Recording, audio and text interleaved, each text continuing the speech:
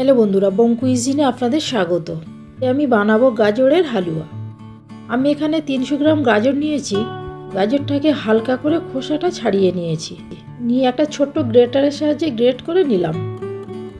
এখানে আমি 8 থেকে 9টা আমন্ড বাদাম কেটে নেব ছোট ছোট করে। আমি ঠিক এইভাবে কেটেছি। এখানে 7 থেকে 8টা কাজু বাদামও আমি ওইভাবেই কেটে নেব ছোট ছোট করে। কিছুটা কিশমিশ রেখে দিলাম। ওভেনে কড়া বসিয়েছি, কড়াটা গরম হয়ে গেছে। এখানে আমি 2 টেবিল চামচ ঘি দিয়ে দিলাম। ঘিটা গরম হয়ে গেলে কিছুটা আমন্ড, কাজু, কিশমিশ দিয়ে দিলাম। একটু নাড়াচাড়া করে নেব। এখানে আমি গাজরটা দিয়ে দিলাম। গাজরটা দিয়ে সমানে এটা নাড়তে হবে। 1.5 থেকে 2 মিনিট এটা আমি ভাজা ভাজা করে নেব। হয়ে গেছে। এখানে আমি অল্প 1 চিমটে নুন দিয়ে দিলাম। আপনারা চাইলে নাও দিতে পারেন। এখানে আমি 200 ml দুধ দিয়ে দিলাম। দুধটা আগে থেকেই আমি ফুটিয়ে রেখেছিলাম।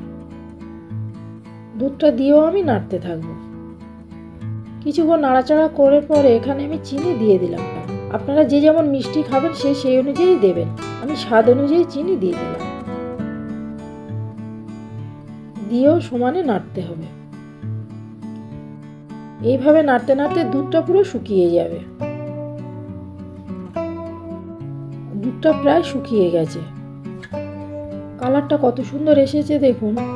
এখানে খুব সামান্য আমি এলাচের গুঁড়ো দিয়ে দিলাম। এখানে আমি চায়ের কাপের হাফ কাপ গুঁড়ো দুধ দিয়ে দিলাম। এখানে গ্যাসের ফ্লেমটাকে কমিয়ে সমানে নাড়তে হবে, কারণ দুধটা গিলটি না হয়ে যায়। এইভাবে কিছুক্ষণ নাড়াচাড়া করে নিলে দুধের যে গিলটি মতো হয়েছে সেটাও থাকবে না।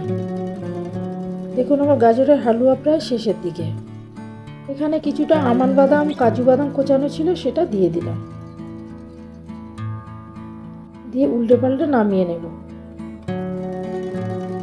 আমার গাজরের হালুয়া কমপ্লিট হয়ে গেছে। আমি পরিবেশন করে দিলাম। আমার রান্না যদি ভালো লেগে থাকে কমেন্টের মাধ্যমে জানাবেন।